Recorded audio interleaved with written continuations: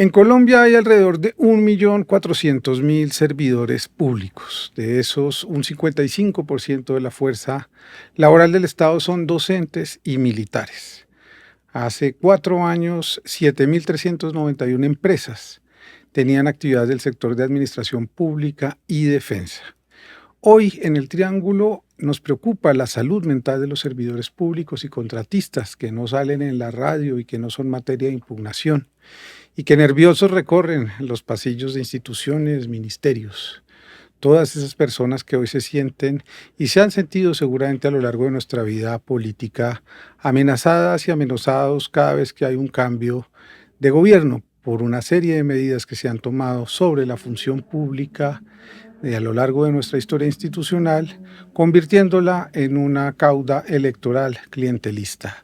El 18 de noviembre de 1958 se creó el Departamento Administrativo de la Función Pública, que antes se conocía como el Departamento Administrativo del Servicio Civil. La idea de esta institución era organizar el servicio civil y la carrera administrativa y administrar, por supuesto, el talento humano al servicio del Estado. La gente quería ser funcionaria pública, trabajar para el Estado. Era una dignidad.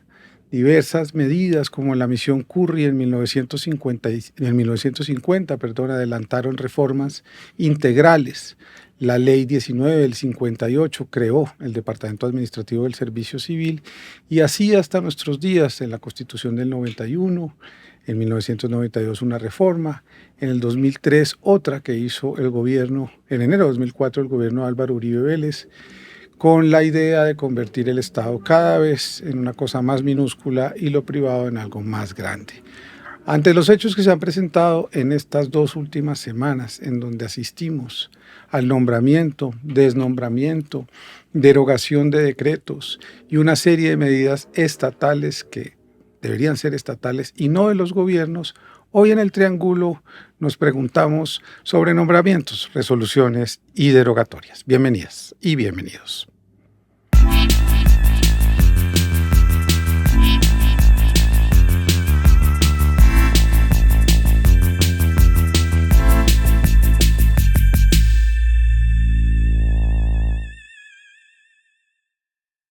Juan Carlos, que propuso el tema, que estaba inquieto con el tema de los nombramientos, resoluciones y derogatorias, les proponía antes de comenzar que empezáramos con los nombramientos, porque creo que en los últimos 4 años hemos asistido casi a unas mañanas en donde los medios de comunicación se dedican a investigar la página del SECOP, a ver a quién nombraron, por cuánta plata, a quién dejaron de nombrar, qué hace el que nombraron, qué no hace el que nombraron, y en especial estas 2 semanas un caso que nos alarma mucho como el caso de Planeación Nacional, que nombró a una persona y después por su condición sexual o su elección sexual como homosexual fue desnombrada y otra persona llegó a Planeación Nacional. Estos debates que parece que son menores y que parece que hacen parte de una pequeña chismorrería, en el fondo encierran algo, y es que no estamos pensando realmente en la función y en el servicio público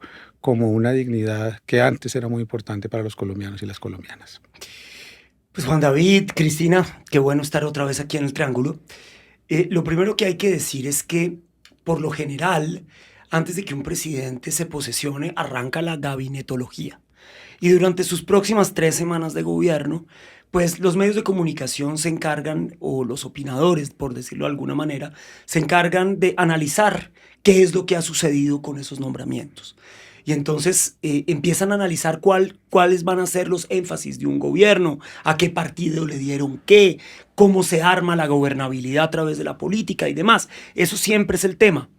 Aquí ha sucedido que en la primera semana del presidente del Espriella, pues ocurre la tragedia del terremoto, y por supuesto que todo eso empieza a pasar en un segundo plano.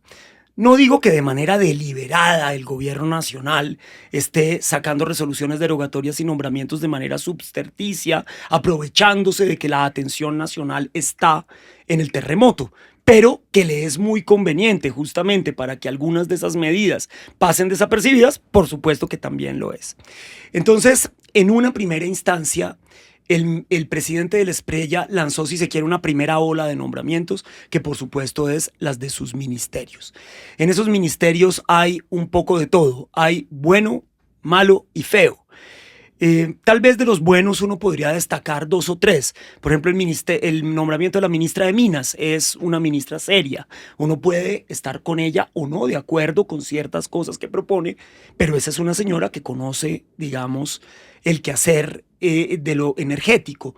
Por ejemplo, uno podría decir que en la función pública nombraron un señor que era el vicepresidente de Claudia López, el candidato a vicepresidencia de Claudia López, un señor que parece correcto, que parece transparente, que parece inteligente, no lo conocemos demasiado, pero es un señor que uno diría es un nombramiento que no es desacertado. Uno podría decir lo mismo de la ministra de las TICs, por ejemplo, una señora que lleva muchos años en el medio de esa cartera y que uno creería que es una señora que conoce su oficio. Luego hay otro rango de los que uno no tiene mucho que cuestionarles, pero al mismo tiempo se pregunta cuál es su idoneidad para esos cargos. Por ejemplo, el ministro Gómez Amín de Comercio Exterior, yo lo conozco muy bien, hizo parte de mi partido, hemos sido amigos en el pasado, hoy no somos tan amigos, pero el doctor Amín pues es un tipo que es serio, recio, tal vez mejor político que técnico, pero está en una cartera donde creo que él no conoce mucho y sin embargo uno empieza a ver anuncios que, digamos, lo favorecen, como por ejemplo el anuncio de hoy de que Estados Unidos está contemplando bajar las tarifas del 12.5% que le había puesto a el país. Ahí uno, digamos, cree que eso es pues, un nombramiento que puede salir bien o puede salir mal. Hay otros, digamos, que son muy cuestionables. Y sobre esos nombramientos muy poco hemos visto a esos opinadores que en otros gobiernos posaban de muy coherentes al, digamos, cuestionar la forma en que los otros gobiernos habían planteado los nombramientos. Yo le voy a poner 2 casos porque además los conozco muy bien. Uno de ellos es David Racero. David Racero hizo política en el año 2013, 2014, haciendo un mapa de los intereses políticos situados en el gobierno de Juan Manuel Santos y con eso se eligió representante a la Cámara de Bogotá. Y el más reciente, pero nunca dijo una sola palabra sobre los nombramientos cuestionables de Gustavo Petro, nunca en su vida. Ahora está Daniel Briceño, que reedita, si se quiere, esa política del SECOP, que en su caso dio muchos votos, es el congresista más votado de Colombia y uno esperaría de él que tuviera la misma coherencia que tuvo durante Gustavo Petro, que mantuviera una coherencia y que denunciara este tipo de cosas. Yo todavía no lo he visto, pero aquí hay unos nombramientos que son muy cuestionables. El señor de la UNP. Es absolutamente inaceptable. Un señor que sale en las redes sociales en calzoncillos tirando billetes de $100 en lo que parece ser un motel. No sé si es la casa de él y si lo es, le pido disculpas de antemano, pero parece... A los moteles. A los moteles. Algunos moteles merecen más respeto, por supuesto. Pero es una imagen muy lamentable, sabiendo además de las cosas que ese señor ha sido acusado, de los entornos que ha frecuentado y demás. Es un muy cuestionable Con una cuenta falsa que además... Luego están un montón de nombramientos que pintan de técnicos, pero que están llenos de conflictos de intereses. El de la ministra de Salud es terriblemente claro. La ministra de Salud era presidenta de ASEMI, que es la organización que representa a las EPS, el gremio de las EPS. Luego ella, cualquier medida que tenga que ver con las EPS, tiene que montar un ministro ad hoc en un ministerio donde lo que se necesitan son decisiones en este momento. Ella, por ejemplo, hace parte de la Comisión de Regulación de los Precios de los Medicamentos. Entonces, sobre medicamentos, imposible que la ministra pueda actuar de primerazo. Está prohibido abiertamente en el CEPACA. Tiene un clarísimo conflicto de intereses, como lo debería tener el ministro de Agricultura, cuya familia no solamente fue beneficiaria de agroingreso seguro, cosa ya muy cuestionable, pero además porque su familia hace parte de una certificadora agrícola, pero además su familia es palmicultora. Entonces es evidente que ahí hay un conflicto de intereses, ahí hay 3 conflictos de intereses que son evidentemente claros en el ministro de Agricultura.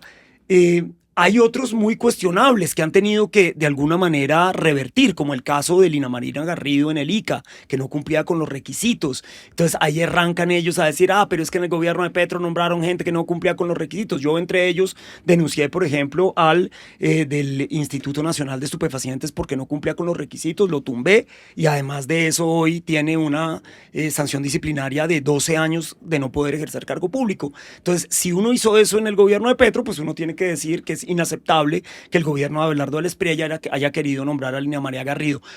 No le da el perfil para el ICA, pero sí le da para tierras, entonces mándenla para tierras. Es una cosa que queda un sinsabor en la ciudadanía que cree, o para aquellos que todavía creen de alguna manera, que este gobierno va a ser, si se quiere, más tecnocrático que el anterior. Pues miren ahí que eso no, digamos, eso no es reflejo de lo que estoy diciendo. Por otra parte, ver, por ejemplo, en el Ministerio de Educación, lo que hemos tenido que ver hoy y ayer es muy lamentable, sabiendo que tenemos que reconstruir cientos, posiblemente miles de colegios en el litoral pacífico colombiano y en el eje cafetero, que la ministra esté más concentrada en hacerle una persecución a las cartillas para ver cuáles son aquellas en las que ella considera que hubo la penetración de una filosofía woke para ver a quién le cae y qué cambia, y dice que ahora se va a imponer la moral. Pero como entonces si ahí como lo si voy eso a interrumpir existiera. para que Por dejemos en favor, punta claro. las derogaciones de esos decretos, que sería el segundo tema, para que Cristina también introduzca el tema de los nombramientos y nos dé su perspectiva sobre esta tigrecracia que está llegando a las instituciones. Bueno, primero algo muy repetido en redes sociales, pero que a mí me parece que vale la pena rescatar, y es que Abelardo de las Priellas sí llega al poder con una promesa de hacer gobierno con los nunca, pero finalmente son los de siempre, ¿no? Entonces vemos a los partidos, vemos a las maquinarias políticas, cada uno poniendo su ficha en sectores estratégicos. Entonces eso mucha gente dice, pero ¿para qué lo pronuncian o para qué lo repiten? Porque pues yo creo que hay que pronunciarlo y hacerlo presente, porque finalmente sí toca develar el carácter manipulador y el carácter mentiroso de la campaña de Abelardo, que además fue una campaña profundamente desinformadora, creada con inteligencia artificial, y generando unos bulos a los que nosotros le tenemos que poner muchísima atención de ahora en adelante, porque finalmente están erosionando la democracia. Y de nombramientos, pues es que yo qué les puedo decir: Vivian Morales en Mineducación, Paola Holguín en el Ministerio de Cultura, que para mí fue lo más devastador. Yo esa la estaba dejando a ver si el exministro de Cultura decía algo sobre eso, pero hay que hablar. El moderador se pronuncia. Es un triángulo con un moderador y dos ángulos. Yo dije, yo lo voy a decir porque Juan David... Si quiere yo modero 5 minutos mientras usted... Conflicto de interés. Pero no crea, yo también trabajé en Cultura con Juan David. Y yo he estado fuertemente ligado al sector de la cultura. Hay que decir que, yo no sé, vi en Los Danieles el otro día la denuncia de la exministra Yanaya Cadamani, de que los funcionarios del ministerio le contaron que llegaron a tirar sal y hacer no sé qué cosas, y a quitar las máscaras del carnaval del diablo y bueno, cosas que son absurdas. En Mi Cultura, Didier en la UNP, en un tuitero furibundo en la UNP Didier, el tuitero furibundo que hizo campañas de desprestigio contra todas las personas que medianamente olieran a derechos humanos y derechos fundamentales en Twitter, que en Twitter se llamaba Johnny, algo así, tenía nada más ni nada menos que su foto de perfil era una foto del Padrino, ¿no? Entonces, para que vayamos sabiendo cuáles son los ídolos de los nuevos dirigentes. ¿Y a ese dónde lo nombraron? Lo nombraron en el DNP, querido. Es el nuevo director. Es el nuevo director de apellido Huitrago Pereirano. Con el que reemplazaron al señor que era técnico, pero que por ser gay no lo pudieron nombrar. Lina Garrido en la Agencia Nacional de Tierras. Y el viceministro de Educación, que es un fanático religioso, muy conocido por difundir tesis antisocialistas, anticomunistas y anti-woke, más o menos uno de los coautores del libro negro de la izquierda de tipo Agustín Laje, está nombrado en el Ministerio de educación. Entonces, todos estos nombramientos, por supuesto, nos tienen que develar cuáles son los objetivos. Ah, no, pero nos falta Omar Bula en Cancillería, nada más ni nada menos. Y fíjese usted lo que ha pasado con la Cancillería. En estos últimos días, los anuncios de la política exterior de Colombia los hacen otros ministerios. Pero además, el señor Bula no ha salido una sola vez a anunciar, por ejemplo, el restablecimiento de las relaciones con Israel y la relevación, si se quiere, que hayan quitado el requisito de la visa de manera bilateral. Nos tuvimos que enterar por el canciller israelí, como nos hemos tenido que enterar el tema de las tropas, que ya lo tocamos aquí en un capítulo anterior, por el señor Peter Hegseth, como nos hemos tenido que enterar básicamente por fuentes internacionales de cuáles son las decisiones que está tomando el gobierno de Abelardo Espriella. Entonces tenemos un canciller inexistente, básicamente. No, yo creo que es un hombre que está ahí detrás tejiendo todos los hilos para todas estas decisiones desastrosas en materia internacional.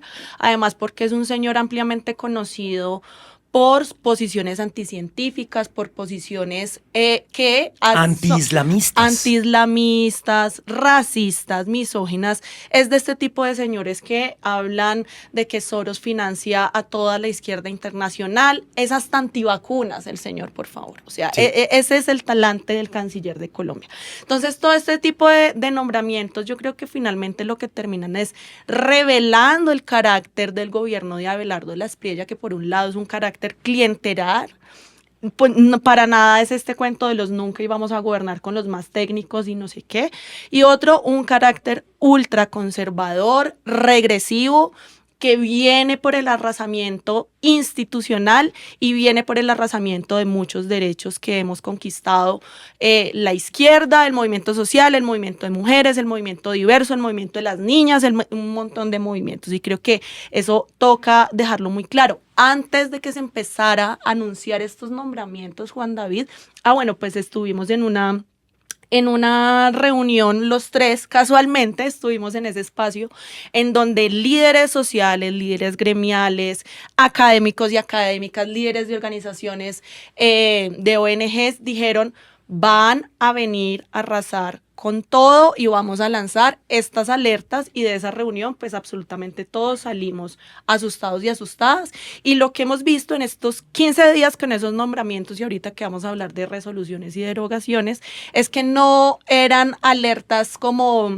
sobreactuadas, por decirlo de alguna manera, sino que son alertas absolutamente reales que este gobierno está dispuesto a llevar hasta las últimas consecuencias. Llevamos 15 días del gobierno de Abelardo Espriella y ya hay una lista larguísima de acciones que se avisoraban desde estas organizaciones y desde estas personas. Entonces, pues a mí sí me parece, Juanca, que Abelardo ha aprovechado que los ojos y la opinión pública está puesta en la tragedia para hacer estos nombramientos, dirían nuestros compañeros periodistas, polémicos, ¿no? Yo sí creo que sí ha existido ese aprovechamiento. Tú eres mucha más buena persona que yo.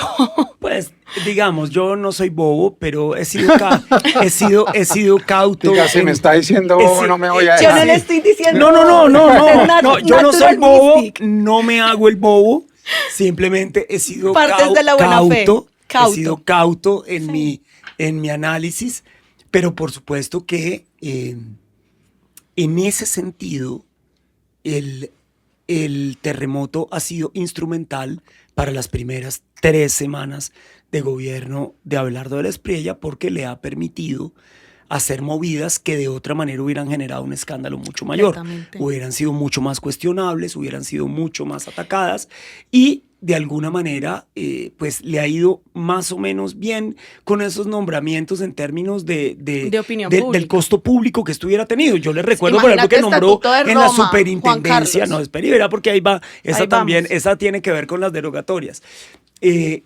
Nombró a su exmujer también. ¡Ay, claro! Superintendente de notariado y registro. Así es. No la nombró superintendente. La que nombró fue a una de sus socias A las dos. de las Priella Lawyers. Lawyers, A la ex esposa que en, es el en buffet de Notario las Priella Registro Style, y de las Priella Style en la SAE. Es decir, las un defensoras buffet que de los defiende narcos. Otra vez estamos matando diablos, ojo ahí. Una señora que trabajó en un buffet donde no han hecho otra cosa que defender narcotraficantes y paramilitares, hoy tiene a cargo los bienes incautados justamente a esas organizaciones criminales. Yo creo que ahí hay que pararle bolas a qué va a pasar ahí dentro, porque vamos a tener que estar, digamos, los colombianos muy atentos a ese tipo de nombramientos y a las acciones que tomarán posteriormente. Yo recuerdo tantas críticas de nepotismo que se hicieron con toda la razón durante el gobierno de Gustavo Petro, pero él arranca nombrando a la suya propia, a su exmujer, y parece que nada de eso le inquieta a Daniel Briceño y tampoco le inquieta a la bancada de Salvación Nacional. Y a los medios de ¿cómo le va? comunicación, Perdón, yo Juanca. digo, ¿cómo le va a incomodar a la bancada de Salvación Nacional que tiene el presidente de la Comisión Primera, pero que le nombran a su hermano ministro de Hacienda y le nombran a su hijo pues mano derecha del presidente de las Priella? Entonces, ahí hay un nepotismo también, una especie de revivir el laureanismo, pero además de eso, yo no veo que todos los que cuestionaron todo ese nepotismo digan algo sobre esto, No, porque allá hay dos hechos muy claros de nepotismo, es decir, los hermanos Gómez hoy tienen no solamente... Los hermanos y el nieto. Por eso. Los hermanos, ellos, nieto. exacto, el hijo del senador, La estirpe de los La Gómez. estirpe, que ¿no? además tener al hijo de un senador de la República que es presidente de la Comisión Primera, pues básicamente lo tiene que hacerse declarar impedido en prácticamente todos los proyectos que tengan que ver con el gobierno nacional. Entonces la Comisión Primera, ¿cómo elige a un señor que está claramente impedido para lo fundamental de la discusión en el Pero Congreso? ahí, si me permites, entre los que no han dicho nada, pues tenemos a la matriz mediática con unos titulares absolutamente tibios o inexistentes sobre este tipo de nombramientos y sobre este tipo de comportamientos. Y además de la matriz mediática de los medios de comunicación masivos que tienen Colombia, RCN, Caracol, la W, Blue Radio, por supuesto que no va a decir nada y todo lo celebra, pues también vemos algunos de los colegas periodistas haciendo la vista gorda en todo este tipo de comportamientos y por el contrario alabando a alguno de ellos. Por ahí... Yo no sé si ustedes vieron recientemente que en el marco de los primeros días del terremoto, Paula Bolívar y Juanita Gómez salen al mismo tiempo, con la misma noticia de, valga la redundancia, El Tiempo, que decía por qué Colombia no necesitó rescatistas, casi que con el mismo copy, Titular. con el mismo copy en el tweet. ¿Sí? Con el mismo copy, y no necesitó, hablando en pasado, cuando era el segundo o tercer día de terremoto. Entonces veamos que esa matriz mediática también está absolutamente plegada con Abelardo de las Priella, y todas las cosas que están pasando, las que ya vamos a conversar ahorita, supongo, hubieran sido un escándalo nacional y con toda la razón en otro tipo de gobiernos como el gobierno de Gustavo Petro. Y lo otro que a mí sí me parece interesante decir es que cuando uno dice estas cosas y uno saca estas cosas, la respuesta es, pero es que Petro. Dijo una sabia en Buenaventura hace poco, como para vender tus cocos no tenés que decir que los otros están malos. Si Petro la dañó, arreglalo. Si Petro lo empezó, terminalo. Y si sos el mejor presidente y vas a ser el mejor presidente, pues entonces sélo sin estar nombrando a Petro en cada palabra. Sencillo. Y me parece, claro, hay que hacer una revisión. Yo sí creo que la izquierda sí hay que hacer una revisión y una autocrítica profunda de este gobierno y decirnos a la cara las cosas que estuvieron mal, pero que a cada crítica que se le haga a Abelardo de las Priella la respuesta sea Petro, me parece una falta de responsabilidad y una falta también de asumir el debate político y democrático como deberíamos estarlo asumiendo en este momento. Bueno, ese fue nuestro primer bloque. Nos vamos a el pasado en presente. Ya venimos con las derogaciones que se han sucedido estas 2 semanas.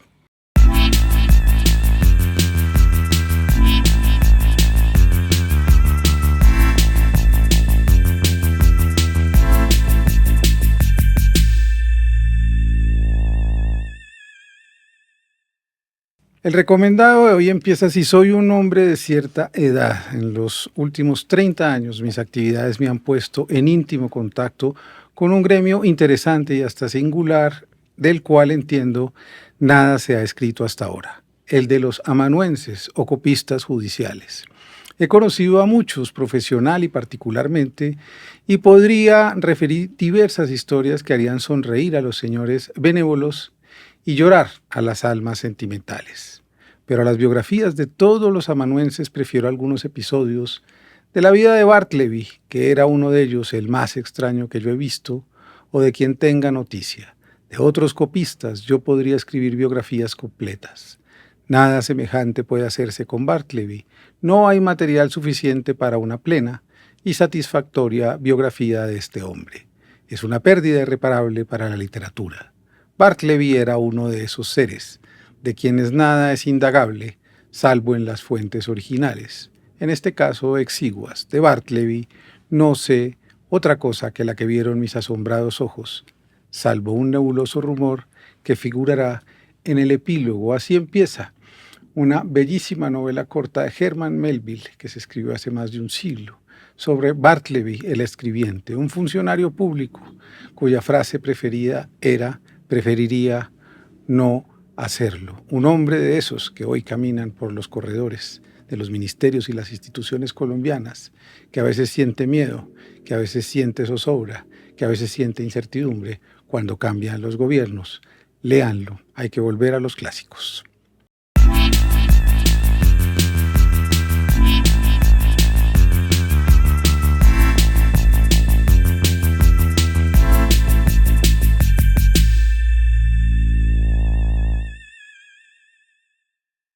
Y retomamos nuestro segundo bloque de Pero después este de eso triángulo. quedamos reflexivos, que con el Yo hoy alma- estoy reflexivo porque Después de su pasado en presente, me permite hacer una Por sugerencia favor. a mí. Hay otro libro, tal vez de un español, que se llamaba, o se llama, porque creo que está vivo, Enrique Vila Matas, Maravilloso. claro. que se llama Bartleby y compañía, un libro fantástico. Es una respuesta que a este es Bartleby. respuesta a ese Bartleby. Entonces, si ya se lee el uno, leas el otro, porque lo que hace Vilamatas en Bartleby y compañía es escribir sobre aquellos escritores que solo tuvieron una obra, y entre ellos se cuenta el libro que usted acaba de reseñar. No se le conoce una obra más extensa a ese autor que haya tenido ningún efecto, digamos. Y entonces ahí cuenta, no sé, sobre Juan Rulfo, por ejemplo, cuenta sobre tantos otros autores de un autores solo. Bueno, de en un este solo caso, libro, que en el Melville no, mundo de la porque música fue el se autor llaman de One Moby Hit Dick, Wonder. por supuesto. Ah, no, pero, por supuesto, sí, pero es- se le dedicó al Bartleby por esa razón, por porque esa le idea parecía que que era era un escritor poco un hombre, ¿cómo no, se llama? era Bartleby, era un hombre absolutamente del que no se podía rastrear ninguna biografía, salvo lo que los ojos del narrador habían visto. Era un hombre gris, un hombre del subsuelo, como lo llamaría Dostoyevsky. Ya que estamos en recomendaciones, lean una novela que se llama Todos los nombres, que es la historia de un hombre que trabaja en una oficina de registros civiles, que es una maravillosa novela de José Saramago. No sé si hoy te vas a quitar la bata por fin. Hoy me voy a poner la bata, O no te la vas a cultural. quitar, sino te vas a poner la bata. Sí. Pero antes de que te pongas la bata, que será nuestra siguiente sesión, entonces yo les pido que hablemos de las derogaciones y de las polémicas. Comienzo con esta declaración de Vivian Morales de hoy: restaurar principios y valores,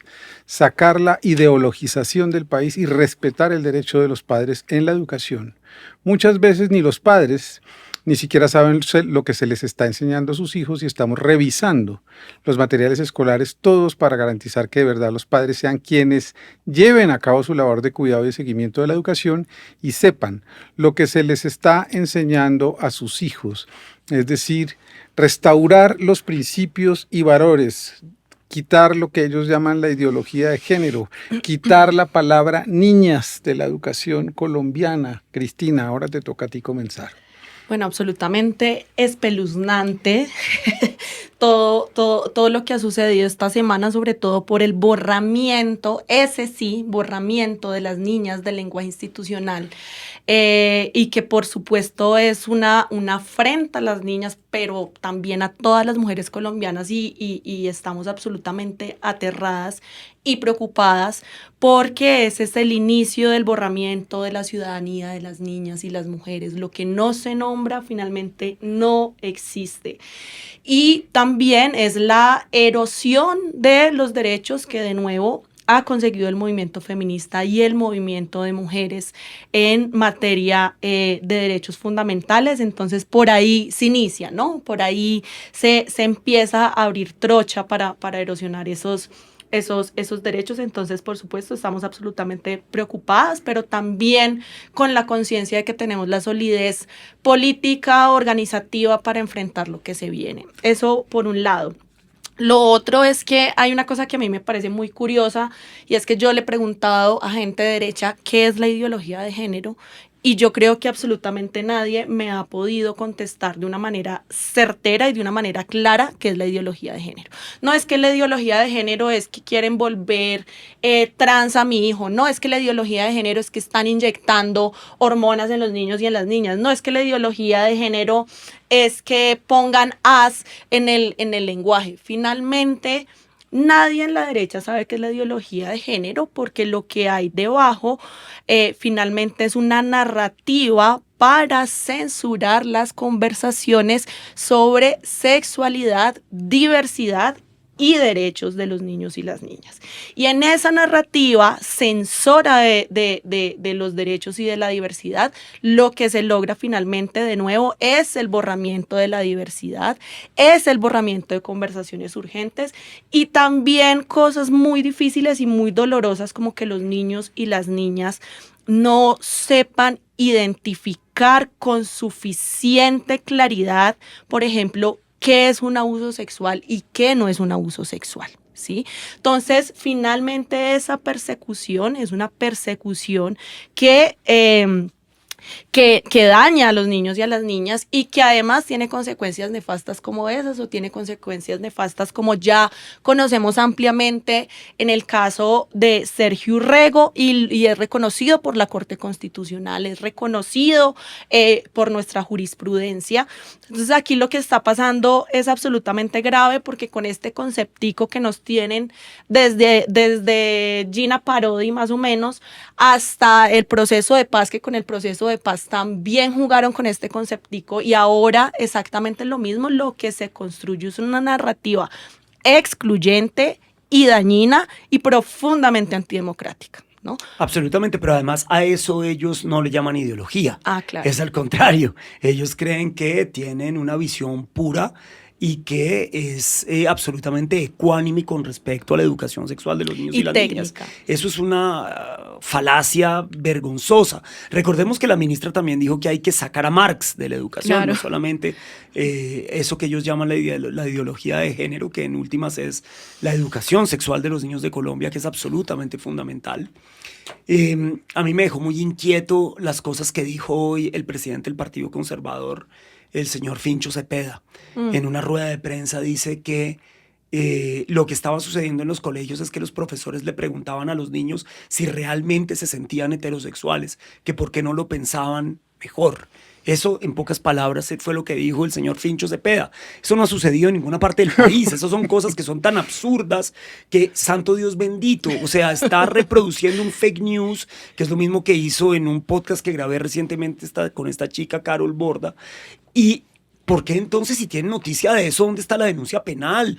¿Dónde hay una investigación? ¿Dónde han puesto ellos la denuncia? Porque la verdad es que si a un hijo mío le hicieran eso en el colegio, yo estaría muy preocupado. Pero es que no hay un solo nombre propio. Son todas cosas etéreas, simplemente para sembrar permanentemente en la opinión pública este digamos, desdén del otro, esta visión pues verdaderamente discriminatoria de la sociedad. Ahí- Eso no tiene justificación alguna y hace muy mal el señor Fincho Cepeda. Pero eso muestra cómo se alinean las fuerzas políticas con el discurso del momento, con el discurso del poderoso del momento, para tratar de ganarse, si se quiere, las indulgencias del poder. Y eso es vergonzoso, porque ese mismo partido, pues se declaró partido de gobierno el primer año del presidente Gustavo Petro. Entonces, el partido más hipócrita de la historia Caen de de pie Colombia, siempre. un día dice una cosa y al otro día dice otra. Pero a eso iba justamente, y es que cuando Vivian Morales dice debemos volver a los valores y debemos volver a los principios, ¿cuáles? No, ¿No? pues, ¿Cuáles son esos valores y cuáles son esos principios? Los valores y los principios de la patria milagro, en las narrativas de la patria milagro, ultra conservadora, ultra misógina, ultra machista, ultra odiadora de las diversidades, que finalmente reemplaza de muchísimas maneras las conversaciones sobre un Estado moderno y sobre un Estado social de derecho por conversaciones ultra religiosas con la Biblia en mano y con el mapa de Colombia, además mal hecho por la inteligencia artificial, ¿no? Para conducirlos también a que no nos quedemos solo en la punta del iceberg, que es lo que yo creo que nos quieren poner a discutir, es decir, esta polémica.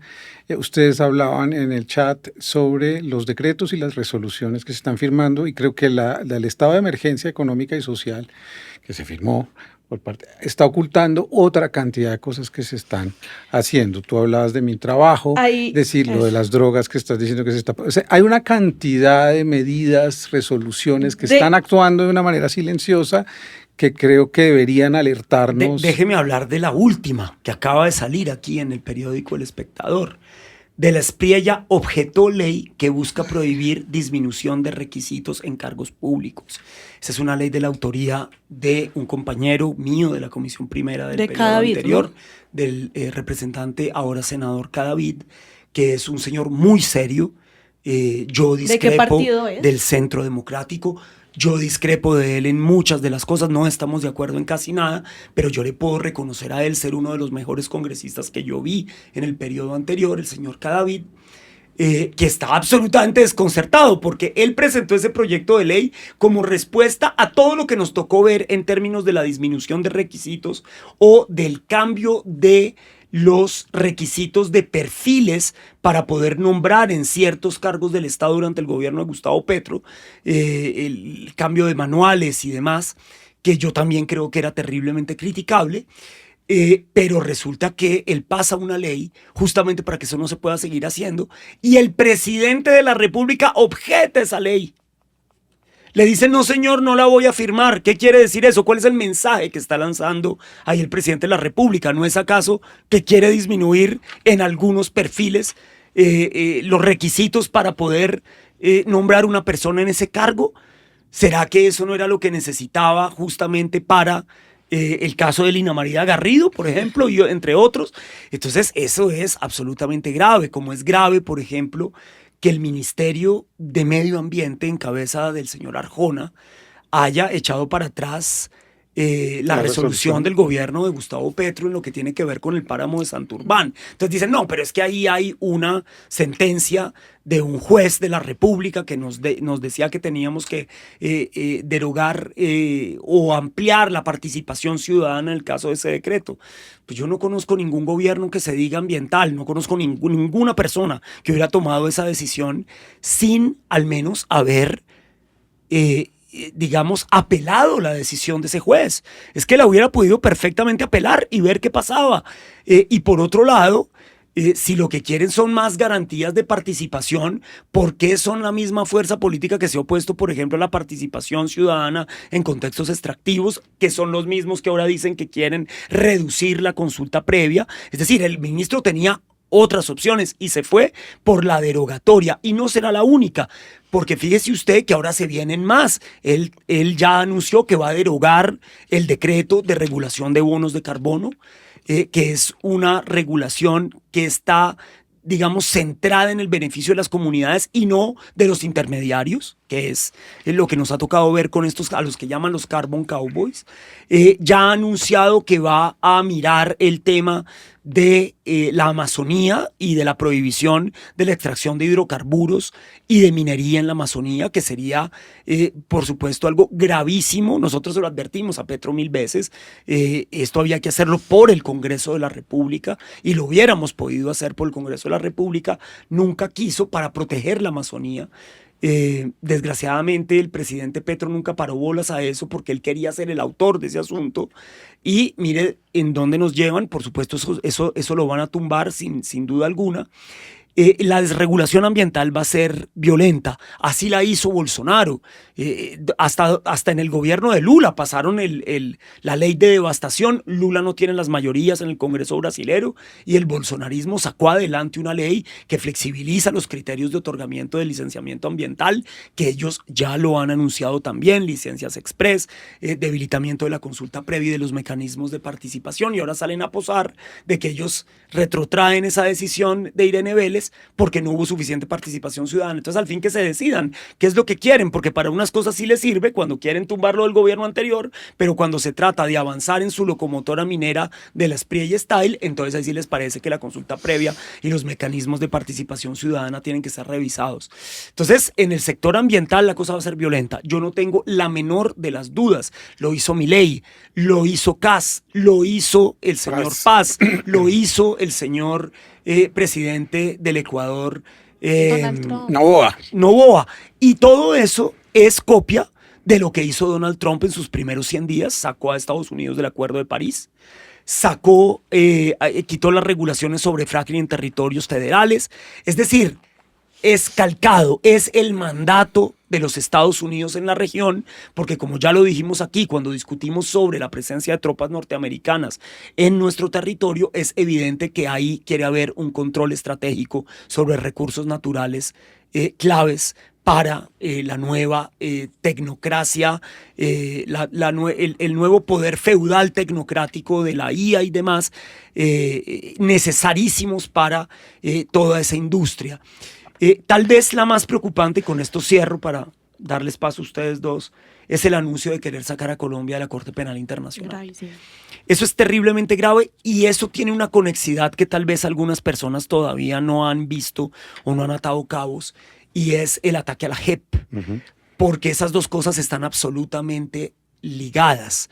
Es decir, ¿qué pasa si nosotros sacamos de la JEP, por ejemplo, a los terceros cooperantes en los delitos?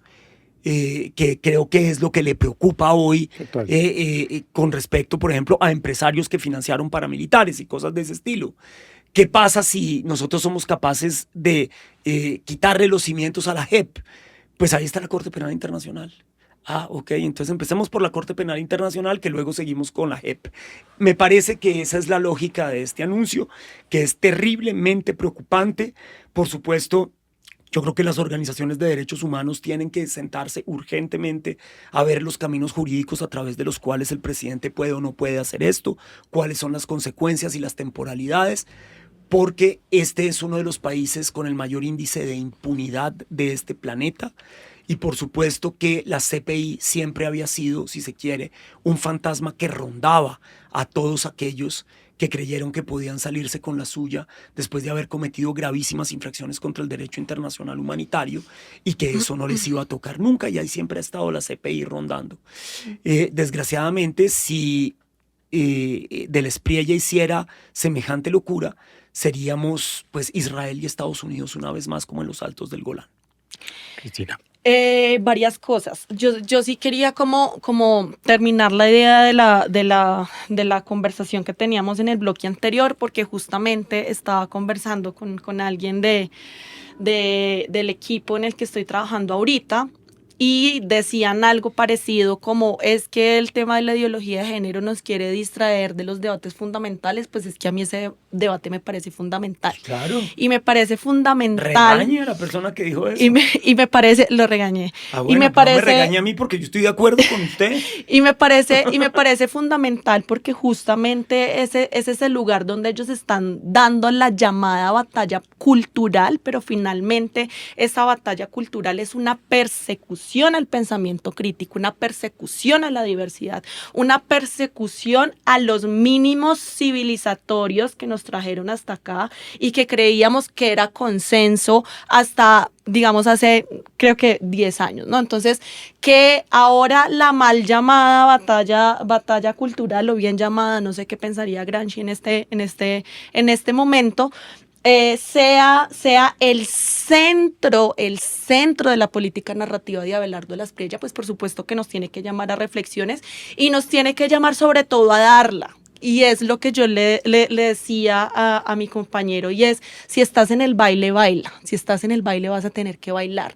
Y si tenemos los argumentos, y tenemos, que yo creo que tenemos, por supuesto, la razón, pues debemos, cada vez que ellos salgan a hablar de estos temas, por muy políticos y a científicos que nos parezcan, debemos confrontarlos con los argumentos que nosotras hemos construido durante tanto tiempo. Entonces sí me parece muy importante decirlo y sí me parece muy importante mencionarlo en todos los espacios que podamos y hacerle frente de manera contundente a ese tipo de narrativas. Y lo otro que quería decir es que por debajo también ahí se viene una andanada antisindical en contra de FECODE, porque va a existir persecución en contra de profesores que hablen de diversidad, que hablen del movimiento feminista, que hablen de que existió un señor que se llamaba Carlos Marx, que hablen de ese tipo de cosas. Se viene una persecución a ese tipo de docentes y eso, digamos,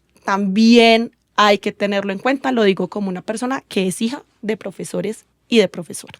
Como eres hija de profesores y profesoras, termina y después te quitas la bata. Listo.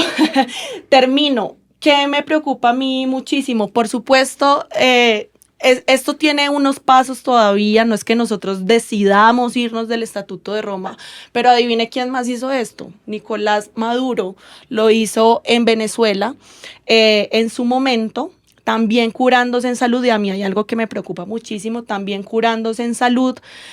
Y creo yo, para lo que venía en términos de derechos humanos y protesta social, ¿no? Entonces, pongámosle también la lupa a cómo se va a comportar el Estado colombiano en temas de protesta social y cómo se están curando en salud para que ese tratamiento, que ya parece que va a ser un tratamiento de guerra, se quede en la impunidad sin ni siquiera la Corte Internacional por ahí rondando, aunque la Corte Internacional es bastante ineficaz y tiene como 2 o 3 condenas en toda su historia, pero igual es muy importante que estemos ahí.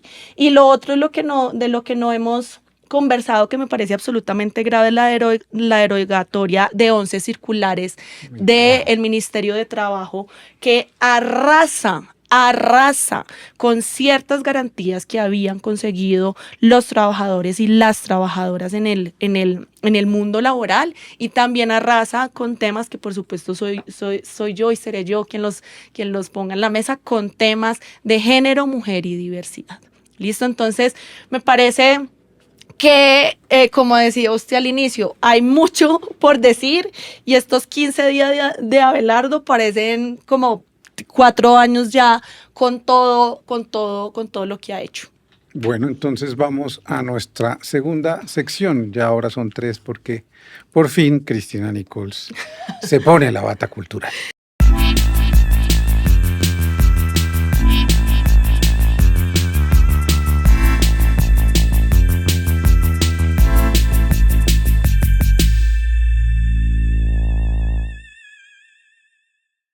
Bueno, en la bata cultural, que es como un espacio que yo quiero para ensanchar un poquito la mirada y pensarnos cosas que nos clarifiquen el horizonte, pues traigo una recomendación, un documental que me repetí esta semana y que me movió mucho el corazón, que se llama Amor, Mujeres y Flores, de Marta Rodríguez y Jorge Silva.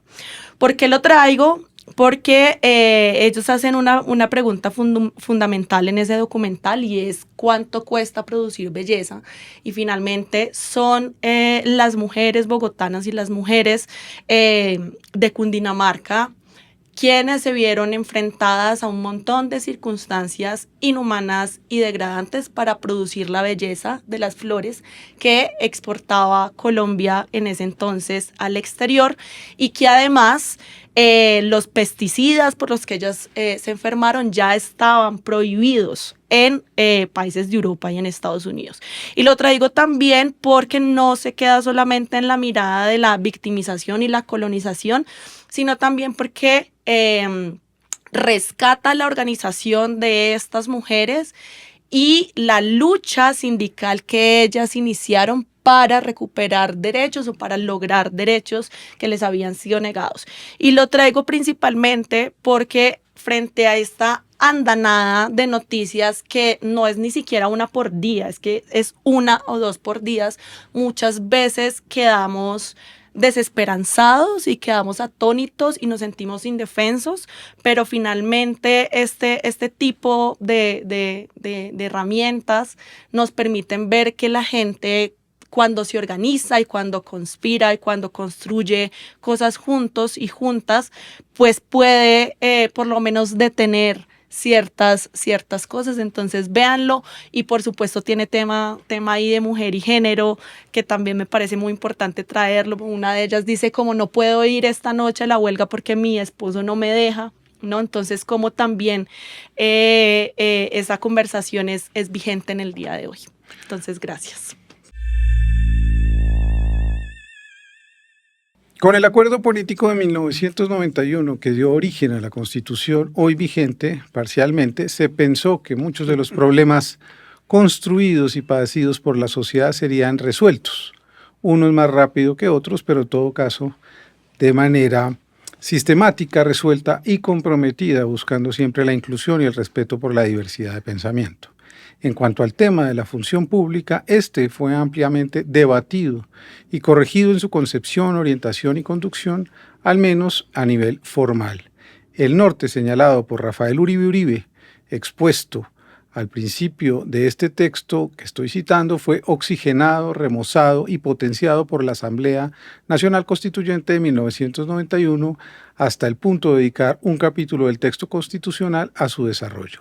El mérito obtuvo base constitucional para consolidarse como la consigna de pertenecer al conjunto de ciudadanos en cuyos hombros y cerebros descansa la responsabilidad de pensar y actuar apoyándose en los recursos públicos para resolver los problemas de la sociedad entera, especialmente en aquello que tiene que ver con la relación entre el Estado y la sociedad y entre los individuos cuando su relación demanda la presencia de aquel. Esto escribe en un estupendo libro el profesor Germán Puentes, 70 años de intentos y frustraciones en materia del servicio civil colombiano. Y yo quisiera proponerles, como colofón de esta conversación, una reflexión sobre por qué entonces esa clase política y esta queja en la que estamos hoy y cada 4 años se ha negado, y empiezo con Juan Carlos, a una reforma política, a una reforma del Estado colombiano, a pensar en serio las instituciones, porque en lo que estamos es una repetición de ciclos cada 4 años en donde estos temas ocupan nuestro tiempo y no hay realmente, por una parte, el Estado y por otra parte, los gobiernos. ¿Por qué el Estado es un terreno de disputa política y de disputa burocrática en ese sentido? Entonces, mientras el Estado no se profesionalice y cada vez tengamos gente, digamos, que no esté en un cargo por el vaivén de la situación política, pues el Estado seguirá siendo, si se quiere, ese fortín. ¿Cuánto hemos demorado, por ejemplo, los concursos en tantas instituciones en las que nunca se ha podido dar el bendito concurso? Y cuando llega el concurso lo demandan, se cae, y otros 10 años para que haya concurso de méritos para lograr acceder a un cargo público. Y son los propios políticos los que se encargan de eso de manera, si se quiere, sistemática, porque ahí reside en gran parte el poder de esos políticos. Cuando tiene uno un Estado que es el primer empleador del 90% de los municipios de Colombia, por supuesto que el posicionamiento de esas fuerzas políticas en esos cargos es instrumental para mantener el poder o para competirlo. Y por eso ustedes han visto en este gobierno, tal vez como en ningún otro, que aquel que no sea un abelardista AAA, o que no tenga, si se quiere, la piel rayada, el menor tufillo de petrismo, pues son los que pueden acceder a los cargos. Entonces, el criterio es técnico. El criterio es que vamos a escoger a los mejores, como lo dijo él. ¿De qué sirve el banco de hojas de vida talentos que propone si es que esos no son los criterios principales para entregarle un cargo público para que sirva a un colombiano a su país?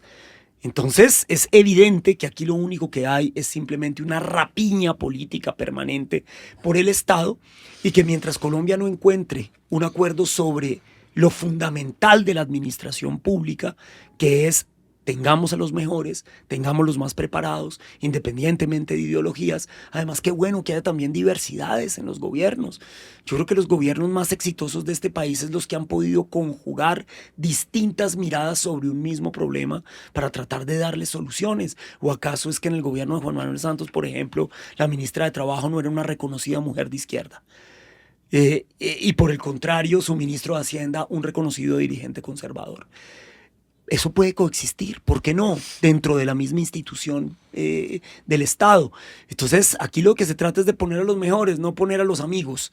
Y desgraciadamente me parece que eso que tanto le criticaron a los gobiernos del pasado, pues estos están repitiendo exactamente la misma fórmula. Y exagerándolo, ¿o no, Cris? Yo creo que exagerándolo, porque es que yo no es que yo sea petrista, pero sí Yo soy soy una... cauto, ustedes No. son más No.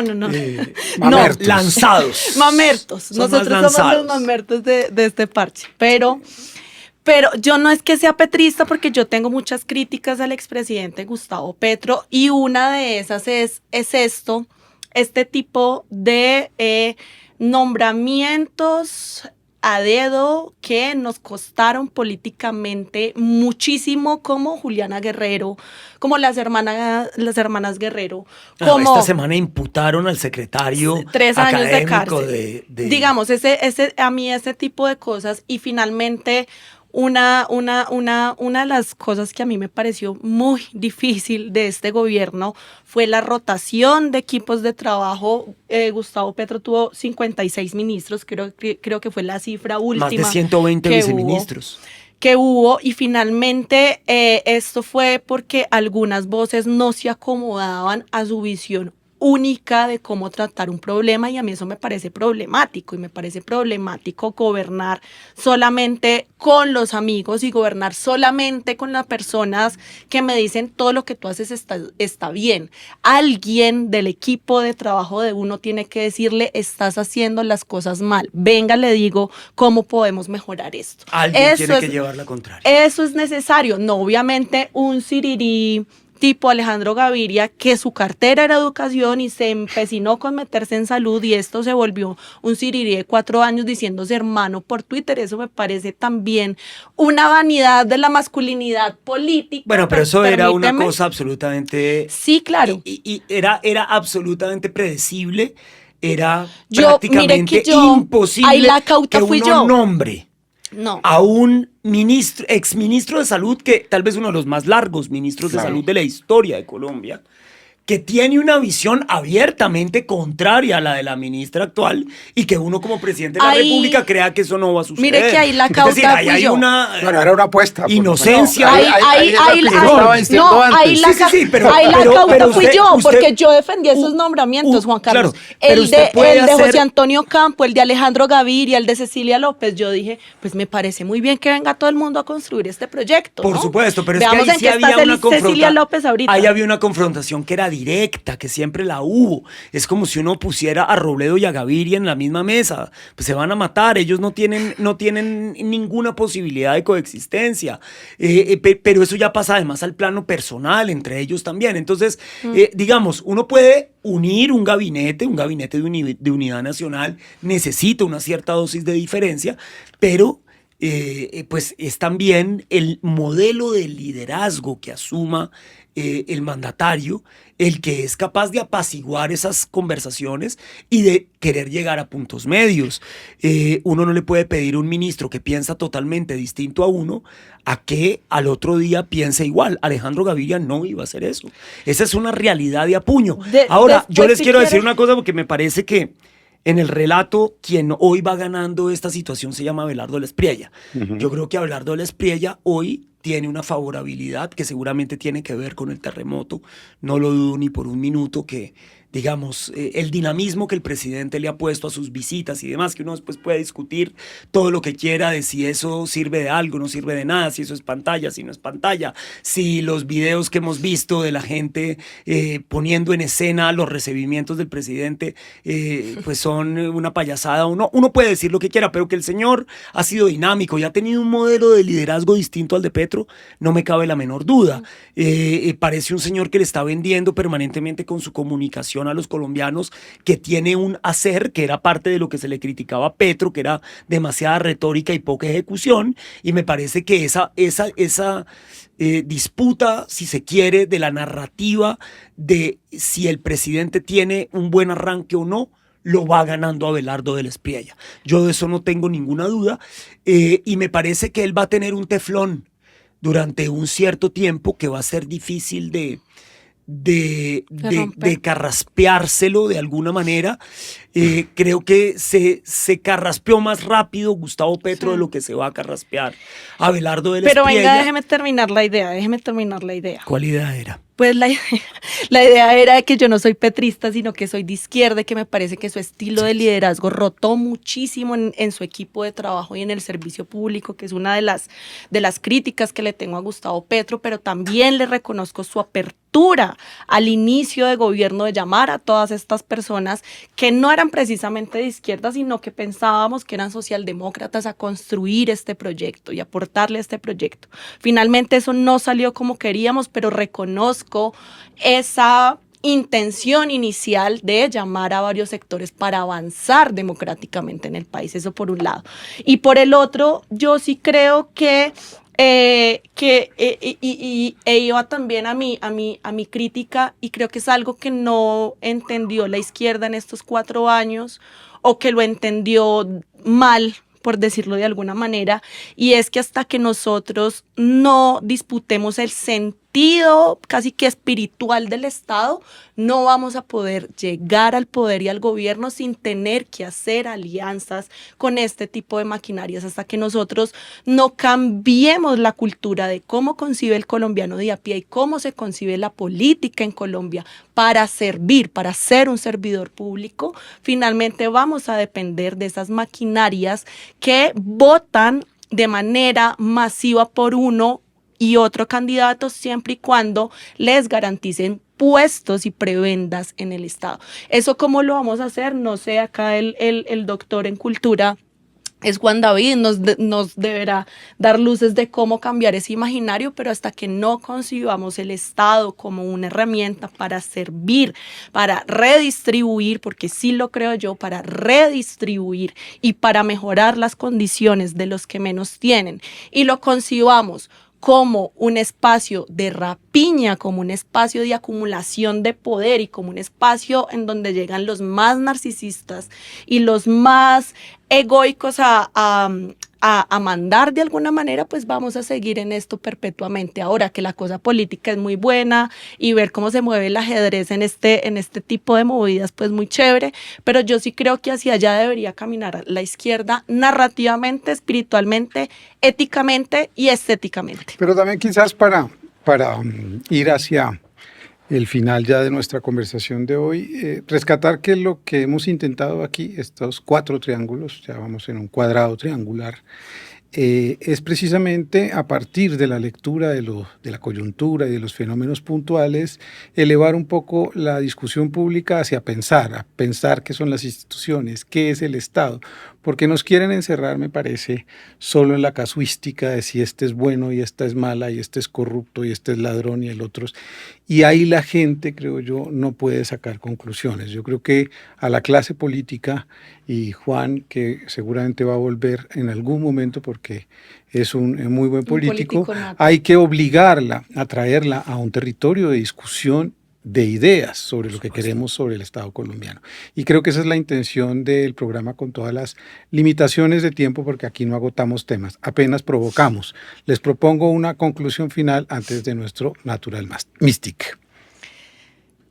entonces. No, simplemente yo creo que debemos estar muy alertas a los nombramientos, derogatorias y pronunciamientos y demás que va a hacer Abelardo Laspriella en estos 4 años. Ya 15 días nos dejaron agotados en la conversación y yo creo que hasta nos faltaron temas, nos faltará por ahí alguna cosita que se nos haya escapado, pero creo que también debemos apelar a esa discusión profunda a la que tú llamas y a la que estamos intentando también llamarnos nosotros y nosotras, y sobre todo a una transformación íntima y a una transformación personal de cómo concebimos el servicio público y de cómo concebimos el Estado. Si bien esas transformaciones íntimas no generan, digamos, las grandes y masivas movilizaciones políticas que pueden generar otro tipo de manifestaciones, sí creo que hasta que no apelemos a ese tipo de transformaciones no vamos a poder avanzar éticamente hacia un estado de cosas distintos. Si seguimos diciendo es que la política es así y el que se quiera meter en política, pues entonces va a tener que untarse hasta acá, vamos a perpetuar un estado de cosas que a mi juicio es injusto. Sí, yo creo que estos próximos 4 años vamos a necesitar ciudadanos expertos en el SECOP. Yo les hago el llamado a que todos los ciudadanos de Colombia le hagan control político. Se baje la app del SECOP. No, Se no baje existe, la no app del existe. SECOP. Estoy diciendo. Ya hay curso de SECOP, ¿no? Pues lo hizo Briceño, el propio Briceño ha sacado Tiene una app que ya desinstaló. El propio Briceño tiene que curso vuelva de a abrir SECOP. el curso. Yo creo que eso va a ser fundamental durante los próximos 4 años y creo también que ante un panorama tan complicado para los derechos humanos, en un panorama, si se quiere, tan difícil para las libertades individuales de los colombianos, hay que hacer mucha unión entre las organizaciones y la sociedad civil. Yo creo que ahí va a estar gran parte de la clave de si en estos 4 años una visión menos retardataria de la sociedad es capaz de sobrevivir, si se quiere, políticamente. Esta conclusión de Juan Carlos prepara su Natural Mystic, así que continúe con esta reflexión. Adelante con el Natural Mystic.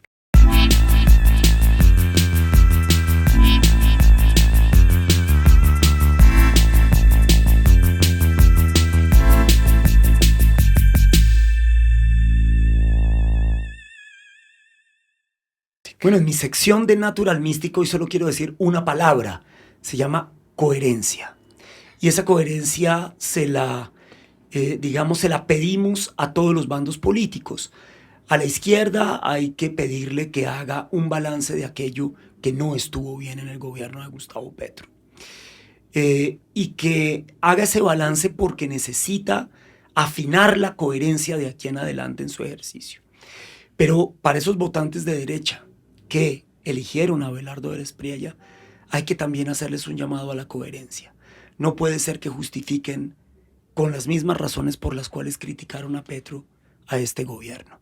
Si tenemos una ciudadanía coherente en sus exigencias, la política será cada vez más sensata.